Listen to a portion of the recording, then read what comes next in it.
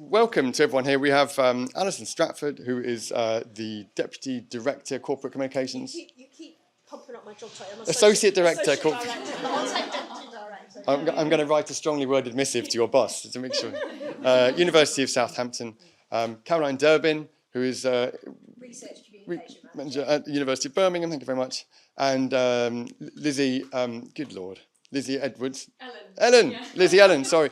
I'm sorry. Lizzie Ellen, who is Senior Communications Officer at the King's College, London. Yeah, sorry. Thank you very much. So we're here to talk a little bit, sort of following on neatly from the conversation we had last year about, that idea that for all the best, best well-equipped plans and team, ultimately, if the academics involved won't play ball, then you don't have anything to work with. So really, it's about how can we encourage academics to get involved, and what is sort of some good examples of how this looks like, and what kind of tips and techniques can we share. So maybe I could start first of all with you, Alison. So we had Michael Head here talking last year a little bit about his role, but I'm quite interested to hear about, if you would mind recapping again, the sort of new ambassadorial role that you've established at Southampton and your sort of plans for that for the future. Yeah, so if you don't mind, just for a minute, I'll just explain about the journey that we were on. So it was just over 3 years ago. We had a catastrophic change in our team. So I head up corporate communications in the fact that our media team suddenly ended up with relatively no staff. I think we had one media manager left. There was due to a variety of vacancies and unfortunately the sad and sudden death of our head of media. Whilst everyone, that's really sad, the organisation is still quite unforgiving, and it was still piling into the inbox, and I was still having academics saying, but I need a press release, and what are you going to do about it? And I needed to think in a very different way. Academic Michael Head, who sat here in the front and will be able to take questions at tea break as well, was diligently self-starter throughout the COVID period, was engaging with media in a brilliant way, and was a prolific writer of the conversation. And I met with Michael and I said, I need 10 more Michaels. I need help here because I've got no staff and we need to do stuff in a very different way. I get it that our academics, when they ask for a press release, are asking effectively to be seen and heard because they work exceptionally hard. They're incredible people. I need a suite of communications options to be able to help them, because I can't just keep writing press releases, because what they're asking me for is not a media story. But I get it. I get the fact that they need to be enabled to be seen and heard. So together we realised that there needed to be a bridge between professional services and the academics, because we had a common purpose. We wanted them to be seen and we wanted good communications. So we worked up a programme where we did lots of training. We did a huge amount of going in and out of team meetings, and we started to talk to them about how they themselves could be good, skilled communicators. And we dreamed up, I mean, I'd really like to say it was a strategic decision, but it was quite organic. We dreamed up a secondment post for Michael to come and join me. I had vacancy money because I had no team. So I created what we called then an advocacy manager role on secondment. So I managed to persuade the powers that be that Michael would come and work within the media team. As it was growing, we were recruiting 1 day a week. And together we would work across the organisation to work alongside our academics through simple steps. So the first step for our academics was hearing the word permission, that they really needed to hear that they could communicate to external audiences. I then needed, because in the main they were quite humble, I then needed to give them confidence in the fact that they could communicate, not just professor to professor, but to public audiences, and this is how you do it. So we spoke with real experience from Michael as an academic to academics about this is what he does, this is what good looks like, and this is the sign of success. So that journey has taken us about 3 years. We're in and out of team meetings. We do a huge amount of training. And the shift that's changed within our academics is that we now have a huge power base of academics who are confident and skilled in communications. And what we've also done is we've created for them a menu of communications channels where they can be seen and heard. And the conversation is really, really important to us as a part of that mix, because it is for them our academics. It's a learning place of baby steps to understand what a journalist is looking for and what does good news look like. 3+ years ago, when we had this situation and I reached out to Michael, he was pretty much our only author for the conversation, and we're in a very different place now. But we're in a different place where actually our academics will also do thought leadership, and they feel the permission to be able to do that, and we support them as a communications team. But they also write for other publications, and they also do public engagement speaking as well, and they go to conferences. The secondment was so ridiculously successful, and I no longer have academics coming to me, roughly demanding a press release. They are basically coming to me in a really humble way saying, I've seen you talk to my team, I've seen you do presentations, can you help me? So actually we're in a really different place where we're engaging on a very human one-to-one place with our academics who are amazing. Michael really, really set the bar for our academics, and it was so successful I changed that secondment on, I've scrabbled some money together, into a substantive post.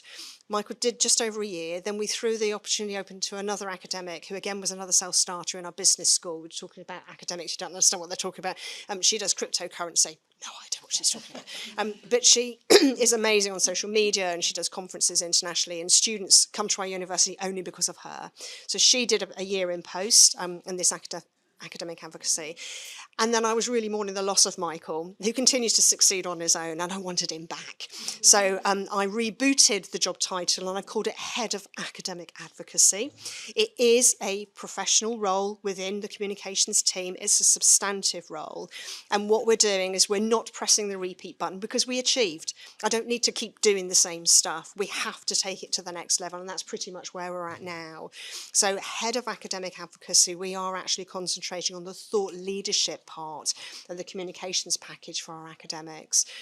We hate to mention Times Higher Campus, but we also use Times Higher Campus as well as an opportunity for our academics to learn how to write for public audiences in about 800 succinct words. And that thought leadership that they're able to do will take them off into international conferences where they are skilled communicators, representing themselves. I'm not here representing, University of Southampton, a marketing communications mix, but I'm very much focused on our academics being remarkable people and helping them to grow. And early careerists are very much what we're concentrating on as well. We already have rock stars within our university, but actually it's that early careerists, and never more is it more important for the university sector to have empowered, confident academics who have a good communication skill set. Thank you. Thank you very much, Alison. I want to just pick up on what you said about that sort of key element about academics feeling like they needed permission. Something that's always been a really key element of the training that the conversation does is that sense that many academics feel like communications is not their job. It's somebody else's job, and they do it sort of reluctantly through gritted teeth. And sometimes that's because they don't want to do it, but a lot of the time it's because they're terrified. And a lot of the training we do is all around, yes, of course, we're giving them communication skills or whatever. Have you considered using less jargon and that sort of thing? But really, it's just making them feel like this is something they could do, they should do. It is within their ballpark. So I think that's a really interesting, just sort of blanket ground level encouragement that this is everybody's job. It's something that everyone could do if they wished. And I wanted, if I may, to seek to you, Lizzie, because when we were talking about your experiences at King's, and I'll ask you to go into them in more detail, but you were particularly enthusiastic about how that encouragement is really essential, and also the more you give, the more you get back. The more you encourage, that I think the term you used was it begins to snowball, and you end up getting more for your money, if you like, because those encouraged, enthused academics go and tell others, who tell others, and it sort of comes back around. Could you sort of speak a bit more about that? Yeah, sure. So I come from quite a different context in that I work in a science faculty with mathematicians, physicists, chemists, etc., who are very reluctant and evade the limelight. And when I started in this faculty, there wasn't really any PR media, not much news storytelling really happening. So we were building very much from the ground up. And in putting this together, I didn't want to pretend that I knew what was going on in an academic's mind. So I did actually reach out to some of our academics that we've been working with just to get a sense from them of what was the real benefit that they found of working with comms. So things that they told me were the stories went viral quickly, led to further interviews and publicity. The process required minimal effort and had great benefits. Other people, this is one academic who wrote for The Conversation, being given the opportunity to evangelize about my work. Reaching a wider audience, the piece made it all the way to a famous Italian science journal. Now I have an Italian fan club. So things like that wouldn't have occurred to me. I really enjoyed how press releases have led to new collaborations, larger impacts, on a personal level, validation that what I am doing is important to the general public. Other people have talked about how it forces them to pitch to a wider audience, which then is actually useful transferable skills when they're engaging in public events or speaking to industry partners when they're trying to set up collaborations, consultancy, that kind of thing, and also writing future grants. So when they're learning to communicate with us, when they're working with us, and when we write something for them as well, they've got ready-made text that can be transferable to lots of other contexts, not just one-off news stories. Other people talked about the support of a good comms team helps me reach audiences that would have been completely impossible, international press, mainstream journalists. It also helps me feel like I'm making a contribution to the university, which was good for us to know because sometimes we just think they only care about their own sort of research profile and not the bigger piece. So yeah, just a few thoughts on how we helped encourage them. I think the way that we went about it was a lot of relationship building, so putting the hard work in early on to get to know them, to get to know what motivated them, to kind of, you know, not seem like we're pushing an agenda, because I think sometimes academics can be put off by comms teams. It seems like we're very corporate or like we're the mouthpiece of the leadership. So I think establishing those one-to-one connections with individuals and even going a bit above and beyond when you first start working with them to show that you really care about what they do and you care about their profile and care about supporting them to raise their profile. And even if you have to do a slightly boring story for them or do an event for them or something, once you've established that relationship, you know, they kind of owe you a favor then and they're more likely to respond to some of your call outs. And that's the other thing I would say is targeted emails or targeted call outs. So we have, we're part of a wider enterprise and engagement team in the faculty. So we have people in that team who are doing enterprise knowledge exchange work, impact and engagement outreach. So we try and share within that team, you know, key academics for people to talk to. And we also big ourselves up with other academics. So some, you know, an impact manager in the team might say, well, have you spoken to the comms team about that? They can really help you with X, Y, Z. Because the usual motivation isn't really comms for an academic. It's, I want some impact out of my research for REF, or I want to talk to an industry partner so I can get funded to do X. So if you have colleagues who are doing that kind of work, if you speak to them and get them to kind of, you know, remember to encourage the academic to reach out to comms, because comms can be a gateway to some of those opportunities. So we try to point to certain academics within the team, and that means that we can do intros to an academic, or we can do targeted emails, because we found that a sort of blanket call out to a bunch of academics, nobody ever responds to that. If you can slightly nurse their ego and say, oh, I've heard you're an expert on this, you'd be ideal spokesperson for this opportunity, then you're going to get a bit further. I think the other thing that really puts them off doing this kind of work is just, as we all know, time. They obviously have increasingly tight schedules, increasingly lots of teaching loads, research. They try and cram it in when they can. So comms is always the bottom of the agenda, especially because it isn't really often a criteria in promotion and progression. So I think if you can make it seem that you understand all of that context, and it might come with a little bit of humility and, you know, in your mind, this academic is probably a little bit cynical against the organisation. How can you make it seem that this is really low-hanging fruit, that you're going to make their life really easy for them? I would love, and you know, I'd love the opportunity to train them all to become amazing communicators. But I think for a lot of ours, because they are scientists, it doesn't come naturally. They don't have those skills, you know, readily available. So we try to make it as short and quick and easy for them as possible. So trying to, you know, when you want to cover a paper, for example, would they prefer it discussion over email, or would they prefer a quick 15 to 30-minute chat? We find usually the latter. So if you're setting that up for them, making sure that you get as much as you can of a sense of what the paper's about, read around, get the wider context, make a note of what's newsworthy, what might be a newsworthy hook, so that when you go into that conversation with them, you can get right to the point. You can make it seem like you understand, well, hopefully you understand roughly what they're talking about, and really tap into the key pieces of information you need from them in that short sort of 30-minute slot, and then write up the release for them and support them with that. So, those are just some initial thoughts. Thank you. Thank you very much. Just on that, I think it's very important, that element of academic motivation and understanding, it's that thing, it's always, we understand why it's important. It's having to help them understand why it's important to them. And often, of course, those, our goals are not necessarily aligned.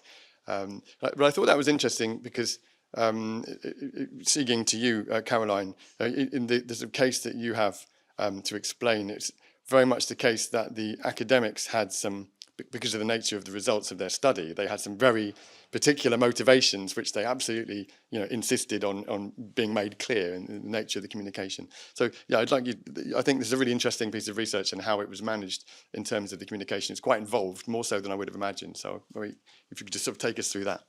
I shall try my best. So the project which we're talking about is the Smart Schools study. You may have seen earlier in the year when a research paper was announced which looked at the effectiveness of smartphone bans in schools. So this is a massive piece of research which was led by wonderful academic Victoria Goodyear, based in the School of Sports, Exercise and Rehabilitation Sciences, weirdly enough. But it's a project which started sort of 4 years ago. And that thing which you both mentioned about building up that trust, I was involved in the project from the outset in terms of getting the website set up, advertising it, getting schools on board and whatnot. So I was very wedded to the project from the beginning, which really helped. We knew this, the first paper was coming out in February, and there was huge amounts of focus on this. We had the government basically calling us, asking us for, preliminary results, which we weren't able to give. It's a huge political sort of hot potato in terms of smartphones in schools. Knowing that there was a huge focus on it, and the impact of it was going to be pretty enormous, sort of nationally and internationally, we sort of set up a communications task group. And when we knew when the paper was being published, we set up a task group with the impact team, with the people from public affairs, with press office, with myself as a sort of communications lead, trying to tie it all together, and also internal communications to work out exactly what the key messages were for this research, who they needed to sort of get the research in front of, and in what order. And it was a little bit of a military operation, I'm not going to lie. I've never worked on anything quite so complicated. So basically the punchline is mobile phone bans in secondary schools don't have any impact on teenagers' well-being, academic attainment, sleep or mental health. So what the government were looking for was a silver bullet to say, bring in a phone ban, it'll all be fine. Bring in a phone ban, mental health, that's all we need to do. So this was not good news for the government, as it were, but that was what the research said, and it was incredibly robust research. So we did, I'd say, the communications campaign, which we had to put together. We were worried that having worked, so the research campaign looked at 30 schools, 1,200 kids aged sort of 12 to 15. There was a concern that this research could be seen as schools, you're not doing it right. You know what I mean? You're not doing enough, and it could have been really badly received by teachers. So we kind of worked on, thunk many thoughts on the key messages and developing the key messages. We decided to work with a media partner, so we worked with the BBC on an exclusive because the findings were nuanced. The findings were not simple. So we worked with Bronwyn Jeffries. We decided to go down the education route, which was absolutely the right thing to do because she was amazing. So she helped us build the story. So when the paper came out on the 5th of February, the day before, it had been seen by the funders, it had been seen by somebody in the government who was involved in it as well. And then all the news articles went out on the 5th of February. And so prior to that as well, we also had to do quite an intensive internal communication strategy. University of Birmingham is massive and complex and matrix, and there was we wanted to make sure that the head honchos had sight of this coming as well. And I think that I wouldn't underestimate that, especially with any university. But that internal socialisation of messages is really important when you want to get that advocacy piece, which we talked about. So we worked on that as well. It all landed. We all held our breath. And it was all fine. It was fine. So the coverage which we got was balanced and fine. The Secretary of State for Peter Kyle said he welcomed the paper.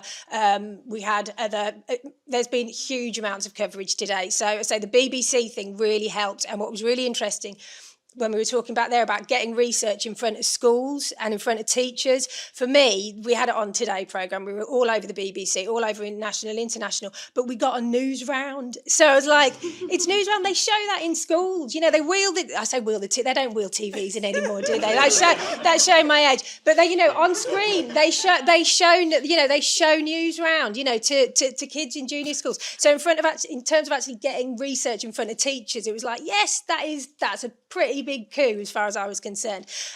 But we had it ended up, I'd say that the response has been phenomenally positive in terms of this is really helping to push the agenda, and it's also raising the questions which still need to be answered. So we got it was 1,000 plus media items, a reach of 1.2 billion, I think it was. The research itself has been referenced so far in 6 parliamentary questions, including one by former Education Secretary Damien Hinds, which is massive.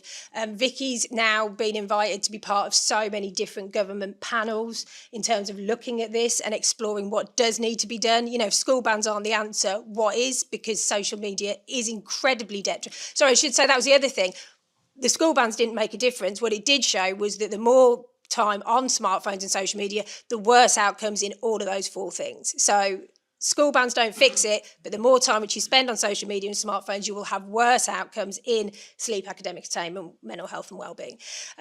So Vicky she did a presentation to Ofcom, which she thought she was just meeting a couple of people, and 80 people turned up on the Zoom call. So in terms of her for impact, she is hugely impact-led. That's how her research, she is driven to, you know, improve stuff for kids. So that really helps. But it's just continuing. That was the first paper. We've got another 3 papers of the same on the same subject, and the appetite for it is just it's not waning. Do you know what I mean? And you can see in Prime Minister's questions and whatnot that the appetite is there. But it's been really challenging, fabulous fun, and in terms of the actual landing of the messages at the right time and making sure that anybody who could possibly have an interest in it, you know, has seen the research. It has been challenging, but it's worked quite well, I think.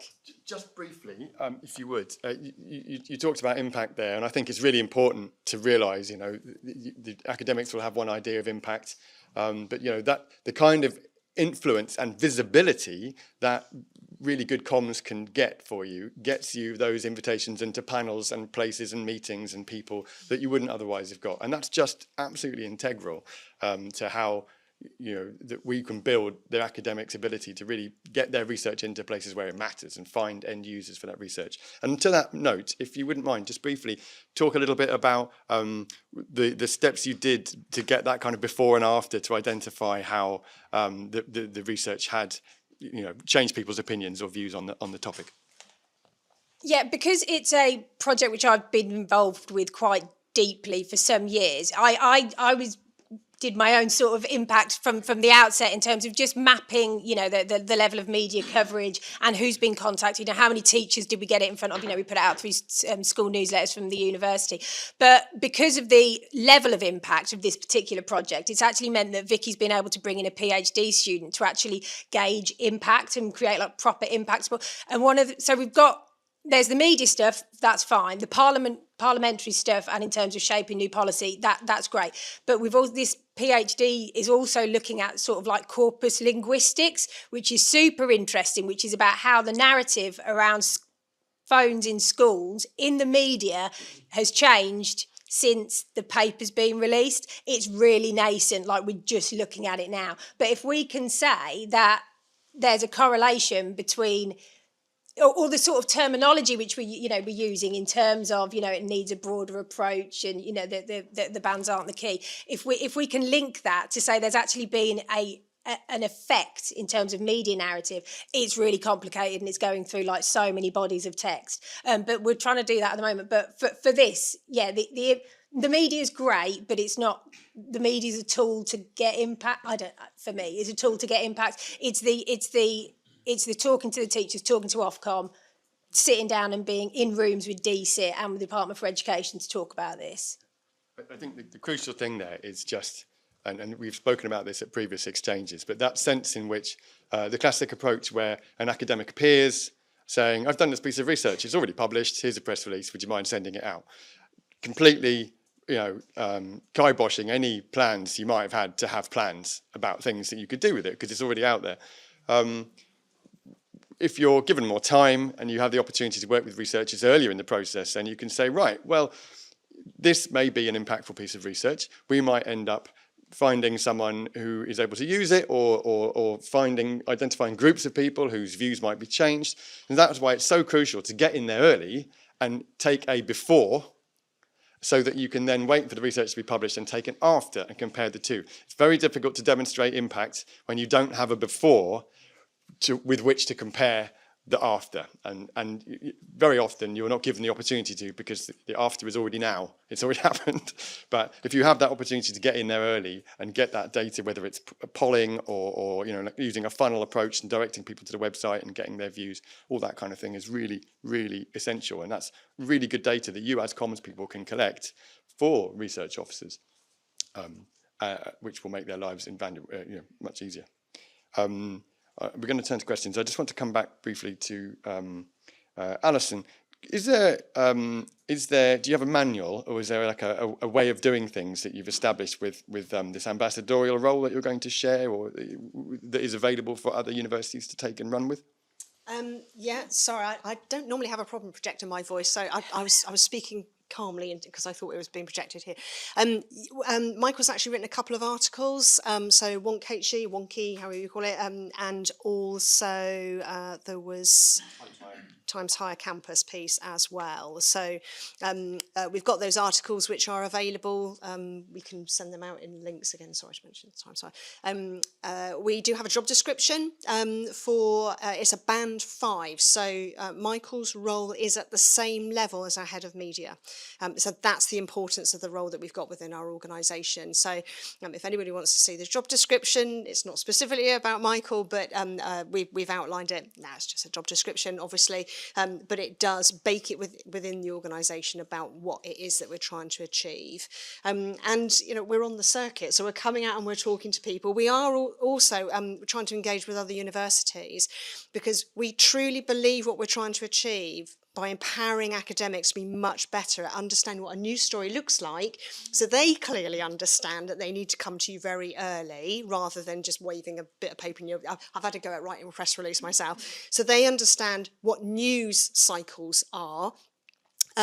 We think up and down the land that actually this model that we've actually got at Southampton with the academic advocacy that we've called it, if each and every one of us around this room practice similarly with our academics to give them that confidence and skill set, just the fundamental shift in how universities are being seen, because the authentic voice that comes from our academics is so incredibly powerful. Our students love to see their academics on the telly because it makes them feel that they're on a really valued course. Because look, I've just seen, we talked earlier on about an academic that was incredibly humble, but most amazing person. They couldn't see themselves. So we gave them training, we gave them support, and they literally went from 0 to 90, ending up in a production programme with with David Attenborough speaking one-to-one. That's not how it happens all the time, but that literally is a clear example of how this works really effectively. And if each and every one of us work with our early careerists to help them to be better communicators, that up and down the land, we've actually got academics with their authentic voice telling their story. We think this is going to really change stuff for the whole of HE, which is struggling. We're all under scrutiny. What did you ever do for me, university? We think this could be a real game changer. Thank you. And it's interesting that it's such a senior role, because that does sort of tap into something you mentioned, Lizzie, and that we're all very conscious of, I think, is that, the academics have a KPI for everything. There's a ref, there's a KEF, there's a TEF, but there's no media outreach F. So it's that, in a way, when you're asking an academic to do something for nothing, this won't advance your promotion prospects. This isn't refable, it's not KEFable, it's not TEFable. But we think it's important anyway. The most important thing really you can do is make sure you repay that with something that is of value to them. And what is that? It's got to be, it's thanking them in public. It's slapping them on the back. It's that kind of honor system. You do something for me, and I will make sure that we put your name in lights. And I think, that was something, to come back to you, Lizzie, that was something that you did quite a lot of. And I know that there have been great ideas across the sector, across colleagues, in terms of, getting the Vice-Chancellor to send a note every time they publish a piece or that kind of thing. Do you want to talk a little bit about that? But also just to sort of finish off, the forum you have that brings together comms, impact and knowledge exchange. Sort of quite interested in that and what that's sort of brought to you in your work. Yeah, so just on that, I was sort of mentioning it before, but being able to work with our impact and engagement and enterprise colleagues so that academics understand that comms is a means to an end. You're not just doing comms in itself, but actually by doing comms, you are going to get lots of different opportunities to meet people, to get new partnerships. Even stuff like a lot of academics talk to us about their Altmetric score. I don't know if anyone's heard of this, but even if you've done like what you feel like is nothing, you've put a story out, it's got in like 2 very minor outlets, you feel like nobody's engaged with it, disappointment. The academics overjoyed because it's massively increased the Altmetric score, and they've had some inquiries from someone in their research community that is interested in the work. So even if they've, it's quality over quantity sometimes with them. So yeah, that's kind of on the enterprise and engagement stuff. In terms of the other thing, which was around, I forget now, what was it again? Just repaying. Oh yeah, celebrating success. Yeah. Over and above thanks. So I think internal comms is really important for that. And we manage internal comms as well in my faculty, so that's really easy. The two go hand in hand. So making sure that everyone gets a mention in the newsletter, making sure we do a special graphic on social media, highlighting which outlet they were in, a quote from them, making sure it's all very visible. And then, in terms of getting that shout out from senior colleagues, making sure you get the data and the names in front of senior colleagues. An example that I have from a previous role, which was actually in security studies, was we had a lot of academics called on to, this was during the first stage of the war in Ukraine, and we had just absolutely hundreds of media inquiries, and all of these academics were just being completely overworked in their spare time, in their private life. It was just taking over. They didn't have time to do anything else, and they were getting very fed up about it. But we really, really valued what they were doing, and they were really lending a really sensible, research-backed kind of information on lots of misinformation, etc. So we went right to the top of the organisation and asked the VC to do a shout-out. He does these vlogs from time to time to the whole community. So we asked that he would put a special mention in there in the vlog to all of these academics who were commenting on that war and giving up their time to do that. And at Southampton, every author that writes to the conversation is, I don't believe this is working now, is written to by a VP for research and innovation. We've got into the groove now where he's sponsoring the work that we're doing. He absolutely gets it because he similarly wants his academics to be really great at talking to public audiences. So every time somebody is publishing the conversation, and I get really excited when I get that email that drops into my inbox, that's another one, he writes to the author author, but all of their managers as well. We've got into that sort of battle rhythm, which is really, really important. And the thrill, so we held an event a couple of weeks ago with authors from the last year from The Conversation, so our academic authors from The Conversation, also Times High, and we got them all in a room and basically said, you've achieved, you're brilliant, but we need you now to exchange the baton for others. And they were shouting out, so we had the VP in the room with us as well. And they were saying, Mark, do not underestimate the power of your emails. When you send it, the thrill we get, the fact that our managers know that our contribution has been seen at the highest levels. And they're also, and Michael's here as well, my colleague, he's actually here at the tea break if you want to catch him, but all metrics are important. And we also talk to our colleagues about every time they have a conversation piece or any media work, they must push it on Pure, because their impact is incredibly important to them and our organisation for REF, KEF, you name it, yeah. I think a discussion about Pure is for another day. Thank you very much to you all for your contributions there. Thank you very much.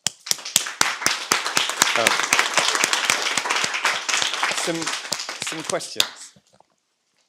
Okay, I'll come here first. Sorry about the mic. Hi, Ollie from University of Reading. We are always trying to get our academics to engage externally and with the media. And there's one academic in particular who for several years has been very good at that. But recently he's had a couple of very difficult interactions with the media and has become a bit more reluctant now. So I wondered if you had any advice or tips for getting them to re-engage with the media and getting them back out there and helping them to feel good about themselves, basically.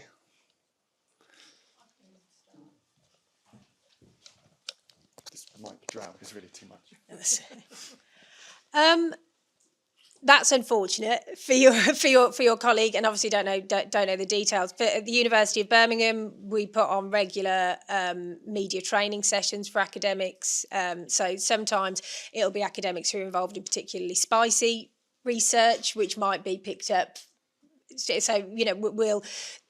we prioritise who we think, but often it is that early career research thing. We absolutely, if it's people who we think are going to have got the potential to be big, we'll do that.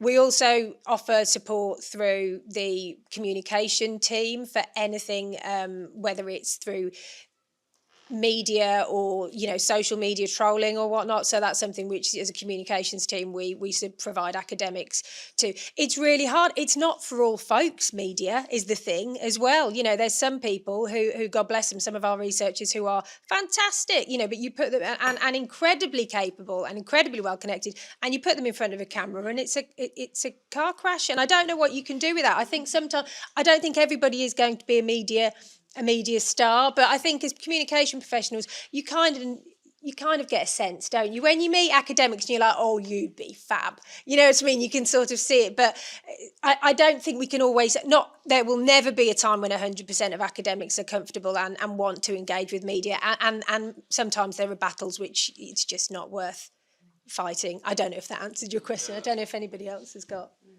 I mean, I guess the one thing I'd say to kind of ease them back into it might be to try and make sure it's on their terms. So something like a conversation article's like nice and friendly, and also maybe thinking about trade. You're going to have less. You're going to be able to evangelize more, as this academic put it to me. Push your agenda a little bit more, not be so. Having to battle with a Daily Mail journalist or something. So gently easing them back in might be one way of doing it. And Michael's here. I think his own personal perspective would be really helpful. So Michael Head from University of Southampton. So I'm the yin to Yallison's yang, I would say, perhaps. So to kind of follow up on the question there. So, I mean, my area of research is one of them is sort of vaccine hesitancy and addressing anti-vaccine activism. So you can imagine the fun emails in my inbox. Anyway, I probably got hundreds of emails of abuse across the pandemic. I mean, outright abuse. Along with a few hundred more of kind of wrong but eccentric, and they were quite good fun actually. But there is a lot of abuse. So I think the point to kind of ease them back in gently is a good one. Maybe you can sort of say, well, provide written quotes only, rather than necessarily going into an actual kind of interview or even a phone call where things can get misinterpreted. Going via the Science Media Centre. If you don't know that, it's a really good resource. So again, it sounded like you did the education one really well, but the Science Media Centre also will arrange press conferences if you've got research coming out that might be actually controversial, or there might be faux outrage on it.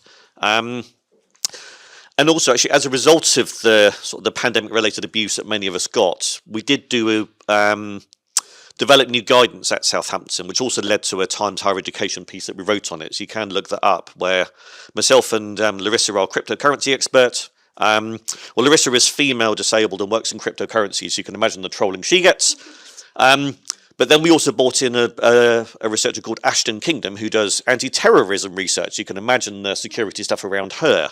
So we did highlight that overall our experiences of dealing with the media is a positive one, overwhelmingly positive, but you will get the general public rocking up occasionally and saying things, or the Daily Mail headline or whatever. And so we did just kind of a bit of a tips and tricks on how to manage it, how to deal with it, which might be as simple as just shutting down social media for a day or two, just stop looking at it, realign where you publish. So Larissa did a nice little flow chart of kind of the most abusive social media to the least abusive. So Twitter is at the top for being the most, and then LinkedIn is at the bottom for being actually a relatively nice place on the whole for most people. So again, you can just sort of repoint yourself a little bit. There's a few things like that that can help with just addressing that kind of response. And I suppose also reminding academics that it's up to them. They're in control with who they do and don't contact. My cut-off threshold is, well, I hate the Daily Mail, but I will deal with Daily Mail health and science correspondents. Probably not their politics person, whoever that is, because I don't necessarily trust them very much. Again, trust is a key word. GB News can naff off completely. I did in the end have to reply to GB News to say, I'm sorry, I'm just never going on your programme. And the poor researcher said, yeah, fair enough, most people say that. Genuinely, that was his response. So yeah, if they're bad experience with Daily Mail, then just deal with The Guardian or something nicer and friendlier, perhaps. So those are kind of a few of my initial thoughts, perhaps, on that. Thank you, Michael. I've often had comments about, when I'd explain the Creative Commons republishing thing and say that anyone can take it and republish it, I often get, what, even the Mail? and my response to that is always, do you want to just talk to people who already agree with you in other newspapers, or do you want to try and change people's mind and inform people that are otherwise uninformed? It's very, very important that we reach all of those people. You had a question. Yeah, so I'm Anissa from Birmingham City University. So at the moment, we're going through a massive change as a university structurally. We're getting a lot of new heads of school, these new people that we could contact.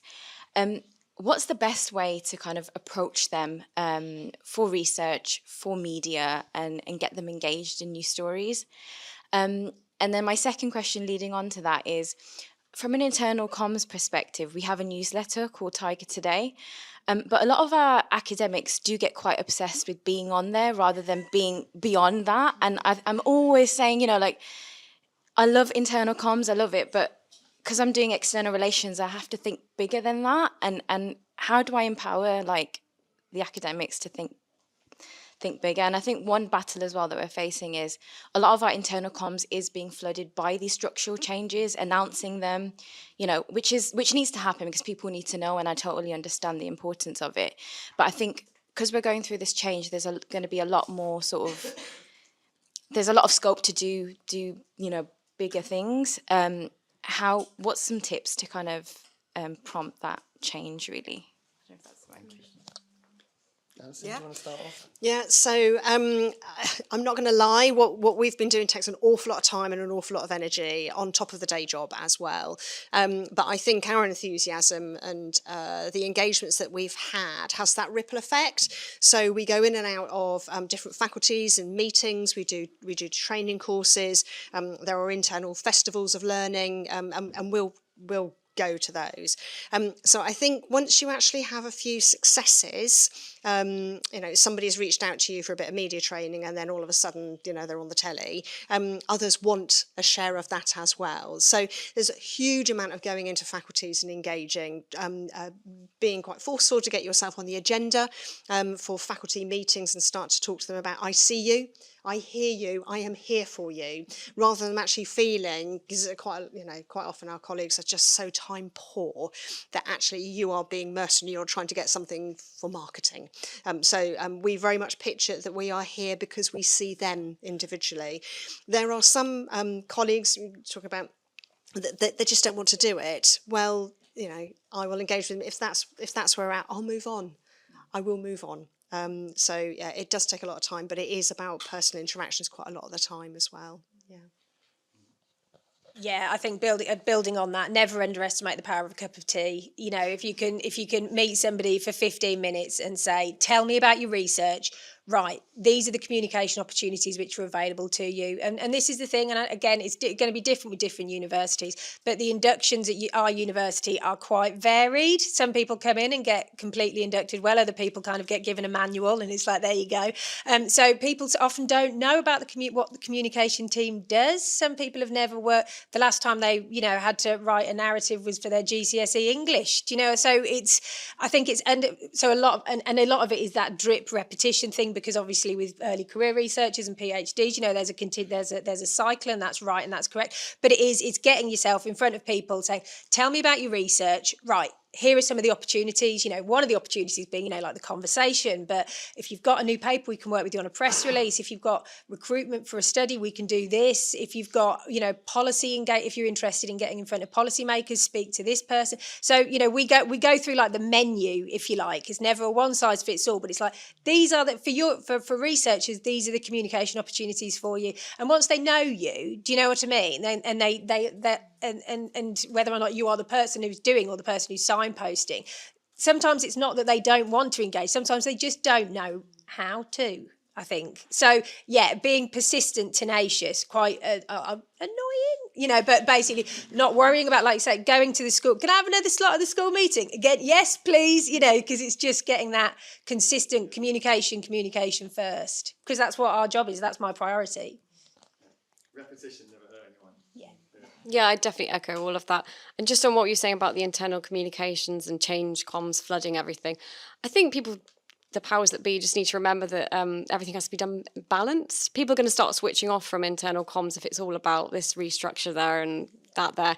It has to be about, yes, this is the need to know information, but here's some celebrating success stories, and if you can show them the stats, from the newsletter or whatever, that this stuff, we find that kind of content performs really well, that's what people engage with, then people are going to, you can convince senior management that we need to continue putting this stuff into the newsletter to make sure you've got that balance of people clicking to read the newsletter.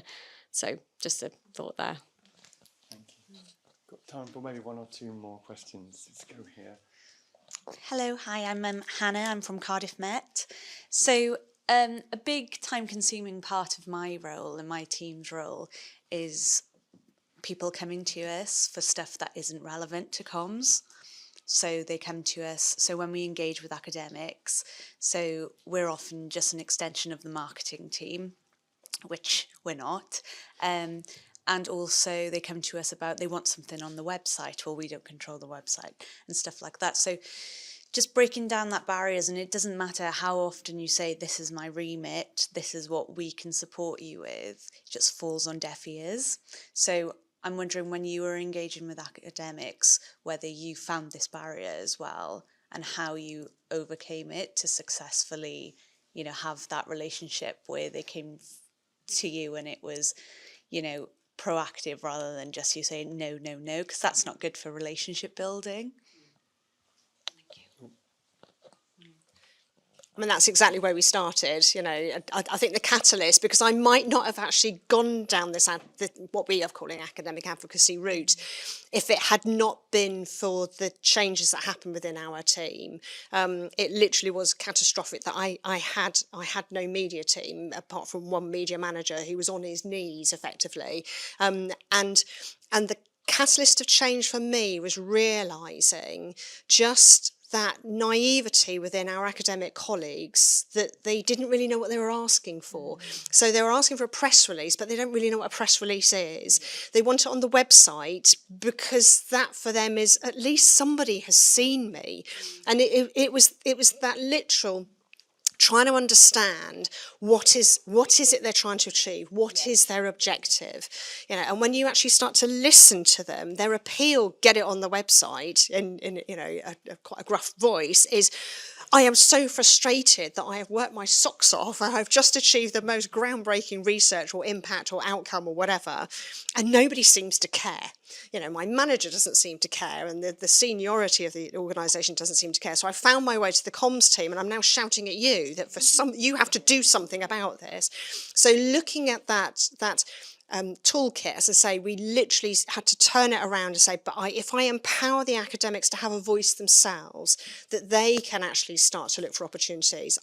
I can't underestimate, and I'm not saying this just because Michael's here, about the power of the conversation for us in that mix was so important. They've got something so powerful to say.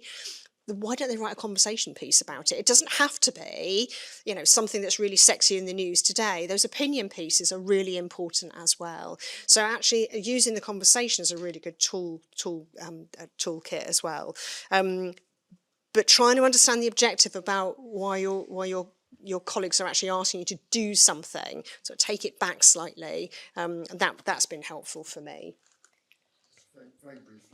Brief answers, and we've got one more. Yeah, sorry. Yeah, just to echo it really, and it is the thing which we go back to with academics. You know, my job is to find out who needs to know about their research and what they want them to do. That's it. Do you know what I mean? And sometimes, like things, the tactical stuff you're getting asked might not be that's not the right solution to the problem which they've got. But I think if you can get to the crux of those bits, it's just echoing on from that.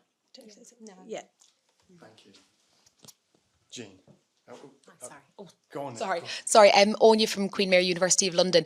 Following on a little bit from that, I don't know if anyone's had the experience, but you do exactly say that. You say, hey, come and have a chat with me and we'll understand. And they go, I want it on the BBC. I want it in the press. And their research is brilliant, but like 3 people might be interested, and one of whom is their mum, because it's incredibly niche. And we say, well, look, we can get it in this outlet and this is actually really good for that. But they go, I want it on the BBC. I want it here. I want it widespread. I'd just be keen for any tips on that, particularly when they come to you and say it was published yesterday or it's being published in 2 hours' time. I hope our academics are brilliant, but I'm hoping we've all experienced this in different ways. And I know it comes back to the understanding. So not to repeat what you've said, which has been helpful, but if there's anything additional when perhaps that message just isn't quite getting through, that sometimes a social post is actually going to reach way more people than us spending 4 hours doing a press release. Just come to you, Lizzie.